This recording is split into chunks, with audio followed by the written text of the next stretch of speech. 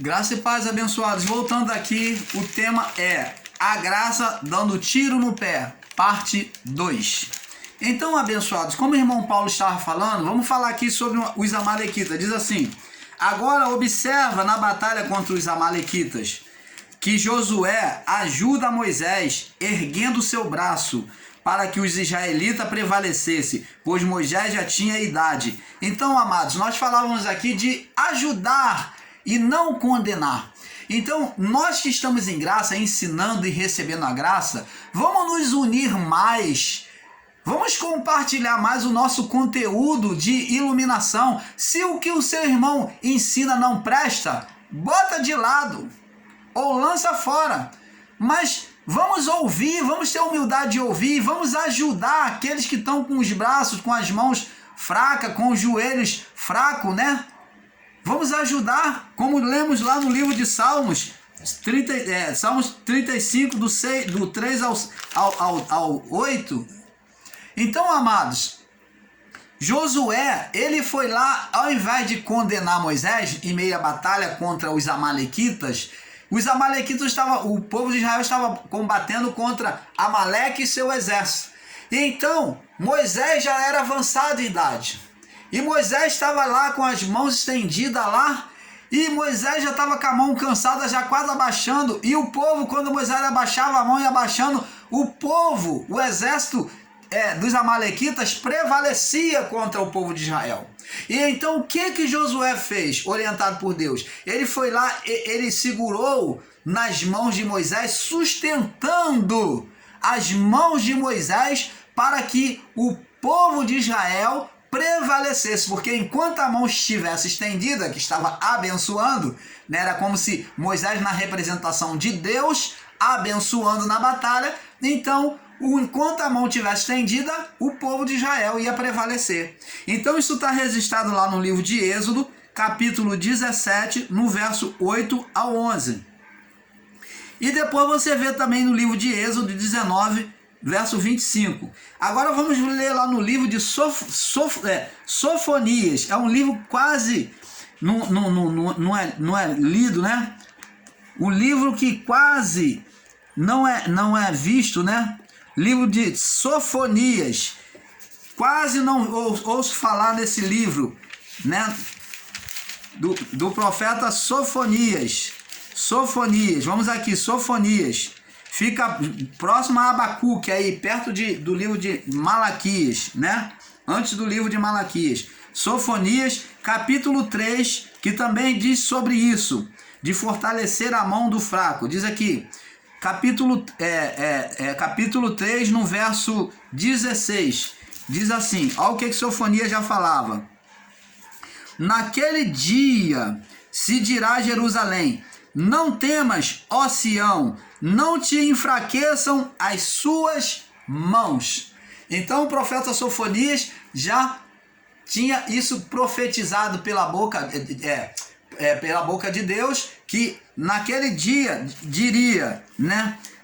Ó Sião, não se enfraqueçam as suas mãos. Não temas, ó Sião, e não enfraqueçam as suas mãos. Então temos que ser ajudador. O Espírito que está em nós é chamado de Consolador, ajudador. Se temos esse Espírito em nós, então temos que ser ajudador, Consolador. Ele tem que manifestar esses atributos em nós. Temos que ser ajudador e não estar crucificando, massacrando, chacotando, ironizando ou jogando indireta contra o nosso irmão. Isso é vergonhoso, em graça. Diz aqui, então, abençoados, quando vermos erros nos ensinos dos nossos irmãos, vamos ajudá-los a enxergar, ao invés de criticar, citando nomes, pois se assim nós procedemos, citando nomes de pessoa ou instituição, estaremos lutando contra a carne, porque cada pessoa física da instituição se sentirá atingida. Abençoados, nós, mais do que ninguém, deveríamos ter a consciência de que uma vez que fazemos a nossa parte, a partir daí, a obra é totalmente do Espírito Santo. E não devemos forçar a barra. Vamos lá no livro de Zacarias, capítulo 4, Zacarias. Logo depois do livro de Sofonias, vem Ageu, Zacarias. Aí próximo aí. Dois livros depois.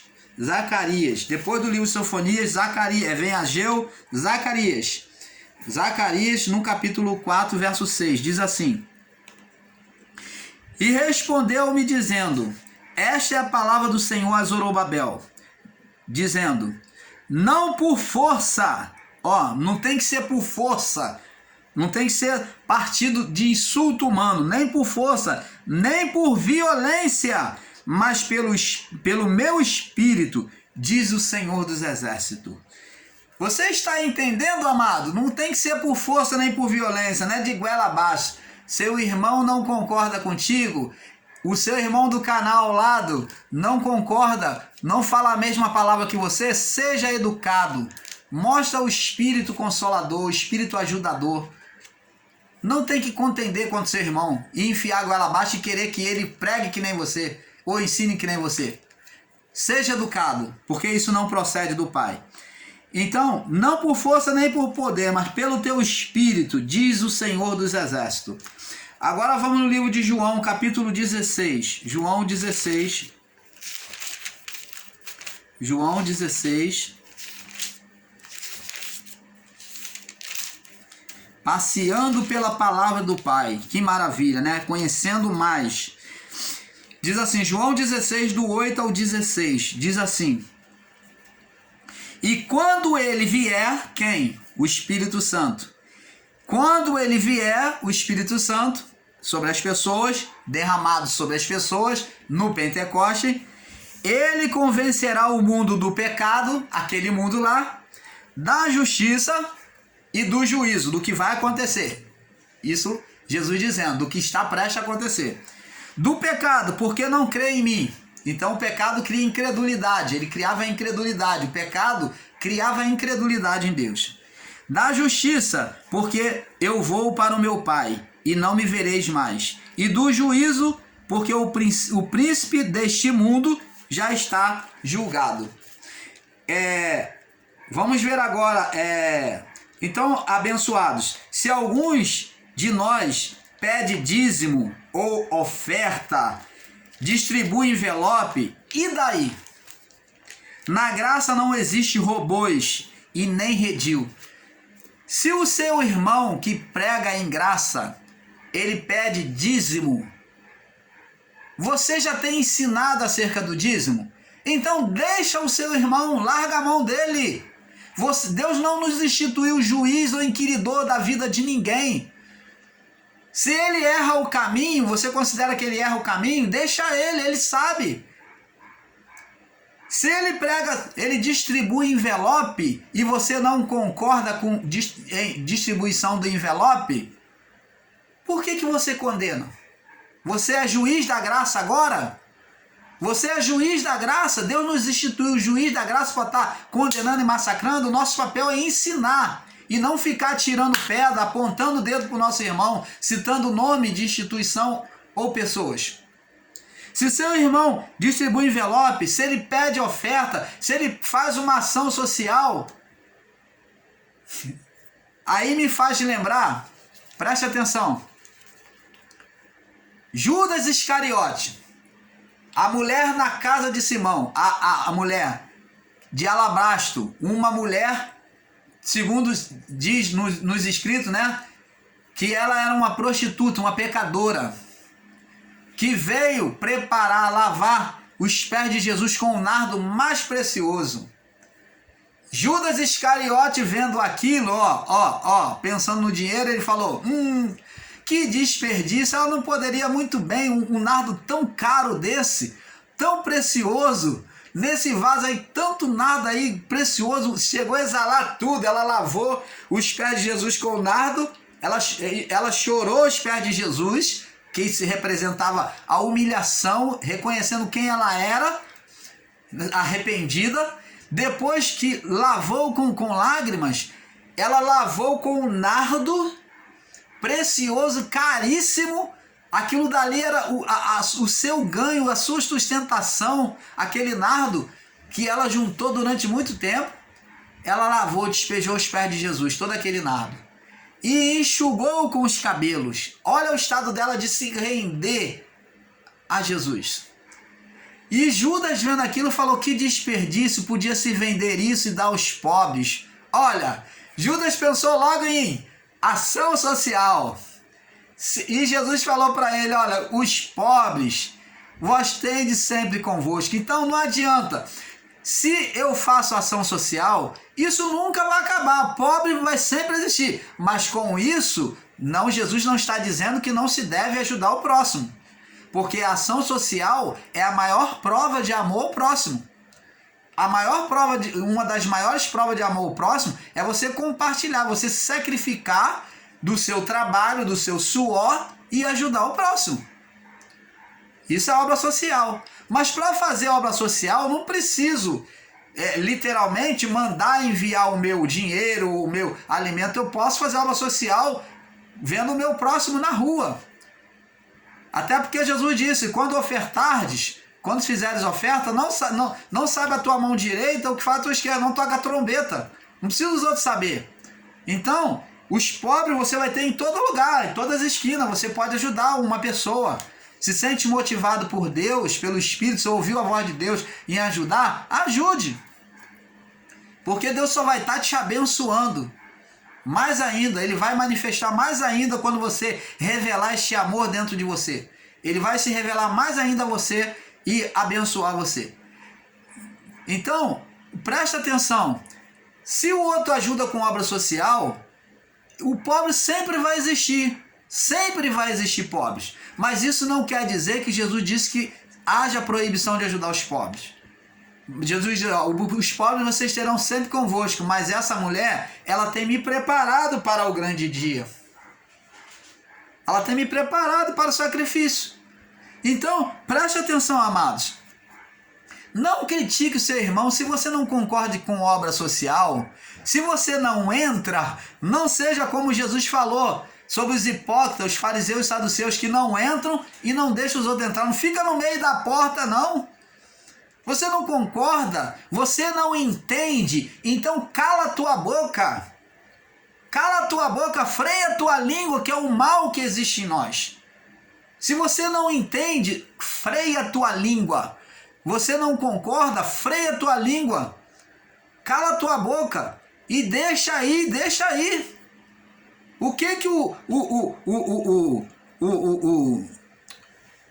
governo romano fez lá quando prenderam Paulo, Pedro e Paulo? O que falou? Ó, deixa ele, se for de Deus, vai florescer, senão eles vão sofrer condenação. Então não impeça as obras da pessoa. Existem pessoas ingratas lutando contra si próprio, olhando e averiguando o quintal do irmão, a casa do irmão, o estado do irmão, para poder estar tirando pedras.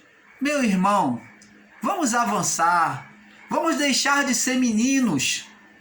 Vamos deixar de ser meninos espirituais. Vamos crescer espiritualmente. Vamos nos ajudar um ao outro. Vamos pegar o conteúdo que o outro irmão tem no seu canal de precioso. Vamos trabalhar sobre isso e buscar ter uma mente perfeita. E é assim que a graça vai crescendo. Então, abençoados, se algum de nós pede dízimo ou oferta, ou distribui envelope, e daí?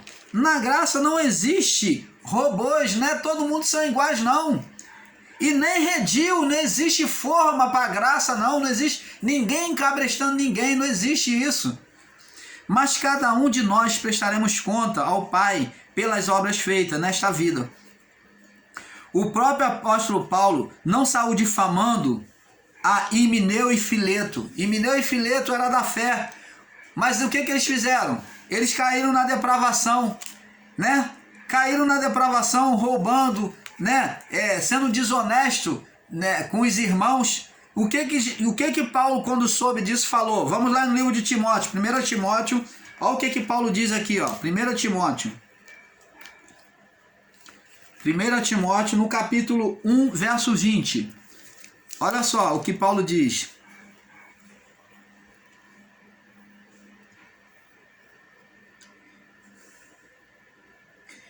E diz aqui: e estes foram Himeneu e Alexandre, existe a palavra tá fileto, né? Os quais entreguei a Satanás para que aprendam a não blasfemar. Eles eram da fé, mas eles estavam blasfemando contra os ensinos de Paulo. Então, você está vendo, Paulo entregou a Satanás, e por quê? Que Satanás? Paulo largou mão deles, deixou eles no caminho deles, para que o espírito de Satanás viesse, afligir a carne deles, consumir a carne e a sua alma fosse salva. Vamos ver agora em Corinto, que Paulo diz mais aberto sobre isso. 1 Corinto, Paulo repete aqui e diz, capítulo 5.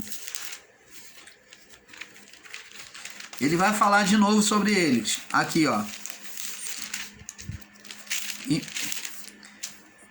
no capítulo 5, no verso do 1 ao 5, diz assim: geralmente houve que há entre vós fornicação, e fornicação tal, que nem a entre os gentios se nomeia. Como é de haver a quem possua possua a mulher de seu pai. Olha só, a mulher de seu pai. Estás ensoberbecido, cheio de soberba, e nem ao menos vos entristeceste, por não ter sido dentre vós tirado quem cometeu tal ação. Eu, na verdade, ainda ausente no corpo, mas presente no espírito, determinei como se estivesse presente, que tal ato praticou, em nome do nosso Senhor Jesus Cristo, junto vós e no meu espírito, e com o poder de nosso Senhor Jesus Cristo, seja esse tal entregue a Satanás para destruição, na vida do corpo. Deixa ele fazer o que ele quiser. É isso que Paulo diz, entrega ele a Satanás, não ora mais por ele, deixa ele viver na carnalidade, que ele vai sofrer as consequências na vida do corpo. É isso que Paulo está dizendo. Paulo não é advogado de Satanás para poder dialogar com Satanás e falar: Satanás, pega Himeneu e Fileto e dá um castigo nele. Não. Paulo está dizendo que abandonou eles, deixou de orar, deixou de exortar e ensinar eles a voltar ao caminho da verdade. Porque eles preferiram o caminho da carnalidade. Então Paulo entregou a Satanás. É abandonar eles ao seu bel prazer, a carnalidade, para que eles sofressem na vida do corpo, na carne, e então, aqui Paulo diz, seja esse tal entregue a Satanás para destruição da carne, para que o espírito seja salvo no dia do Senhor. Então, para que eles sofressem na carne e eles tivessem um arrependimento para salvação. Eles tinham que sofrer na vida do corpo para poder se voltar e se consertar diante de Deus para que fosse salvo. Você está entendendo, amado? Temos que deixar nas mãos do nosso Pai e deixar Ele agir na vida de cada um. Você está vendo que Paulo não interferiu, não ficou falando mal deles? Paulo entregou a Satanás. Deixemos de querer ser absoluto e tomar o lugar de Deus. Paz a todos. Um lembrete a todos nós, canal Luz da Graça e todos os canais que ensinam em graça. O dono da graça é o nosso Pai. O dono da graça é o nosso Pai. Paz a todos, porque é um pouco aqui, um pouco ali. E vamos nos endireitando. E vamos chegando cada vez mais perto do nosso Pai Criador. Graças te damos, ó Pai. Paz a todos.